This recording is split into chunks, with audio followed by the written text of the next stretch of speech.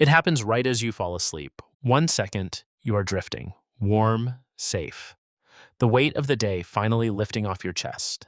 And then the floor disappears. Your body jerks. Your heart slams against your ribs. Your eyes fly open. And you're gripping your blanket like it is the edge of a cliff, breathing hard in a dark room, completely alone and absolutely certain you just survived something. But you did not fall. You never moved. So what just happened to you? The answer is not in your dreams. It is buried inside your biology, and it reaches back further than you can imagine. You have probably had this experience dozens of times. Most people have. In surveys conducted by sleep researcher Dr. Deirdre Barrett at Harvard Medical School, falling dreams consistently rank among the most universal human experiences ever documented. It does not matter if you grew up in a city apartment or a rural village with no electricity. It does not matter what language you speak or what century your ancestors lived in. You dream about falling. Your neighbor dreams about falling. Billions of people across every recorded era of human history have felt that same lurch in the dark. That is not a coincidence. That is a signal. Your brain is one of the most sophisticated objects in the known universe. It can write music that makes strangers cry. It can recognize a familiar face in a crowd of 10,000 in a fraction of a second. But every single night, this astonishing organ spends hours running the same primitive alarm, a lurch, a gasp, a sensation of the ground rushing up to meet you. Why would a brain capable of anything keep returning to this one ancient subroutine? To answer that, you have to go to the trees. Go back about 15 million years. Your direct ancestors were not walking upright on open grassland. They were living in the forest canopy, tens of meters above the ground, where every meal, every night of rest, and every escape from a predator happened in the branches. The canopy was not just where they lived. It was why they survived. And falling from it meant death, not injury. Death. A fall from 15 meters with no medicine, no shelter, no way to keep up with a group that has to keep moving.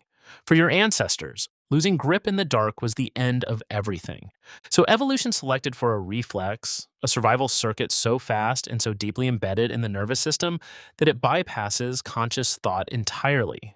It does not ask permission. It fires, and your body responds before your brain has finished processing what is happening. That reflex has a name, the hypnic jerk.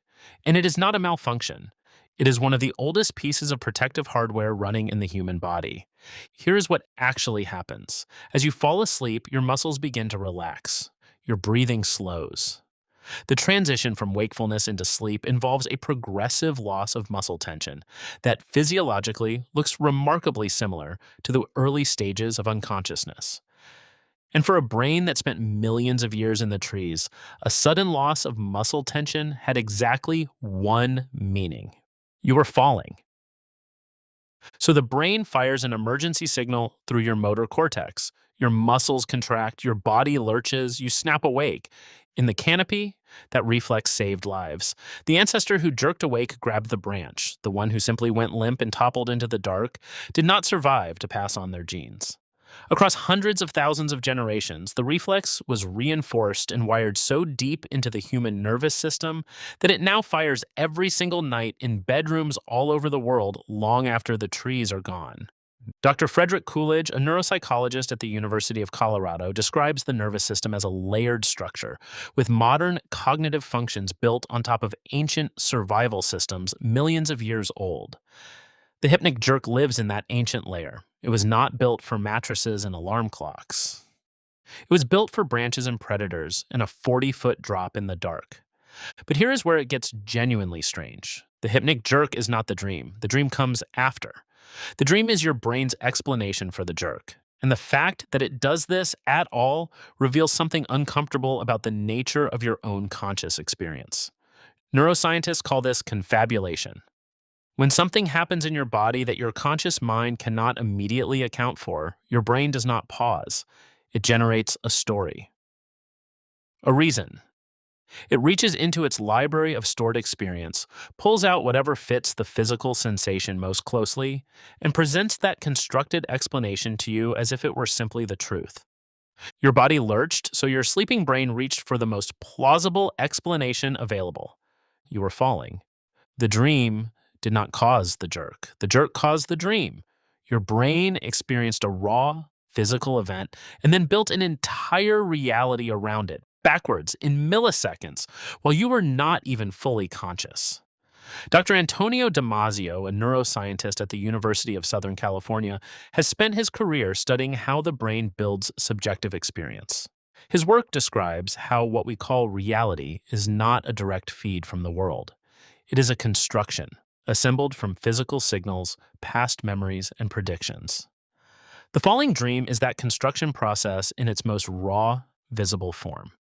Now, here's the part that actually applies to your life right now. Not every hypnic jerk produces a falling sensation. Some people experience a flash of light, some hear a loud bang, some feel a sudden sense of being touched.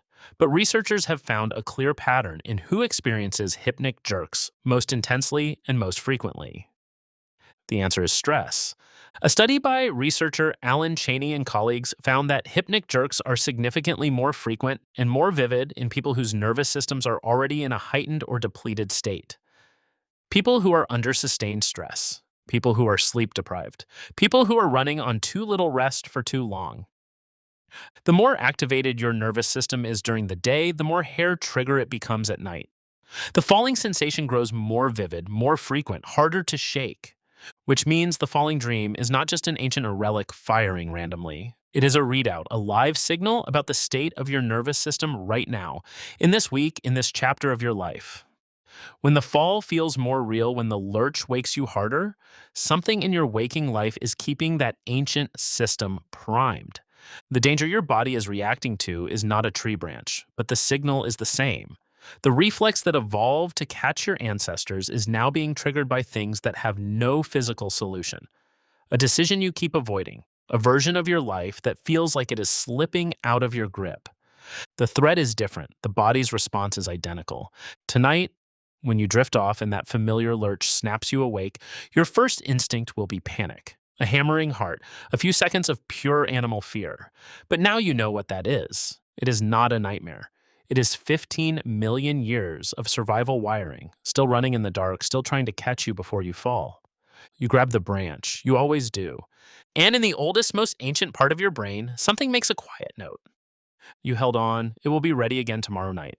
Well, with that, thank you for watching till the end. Make sure to watch the other videos on my channel too.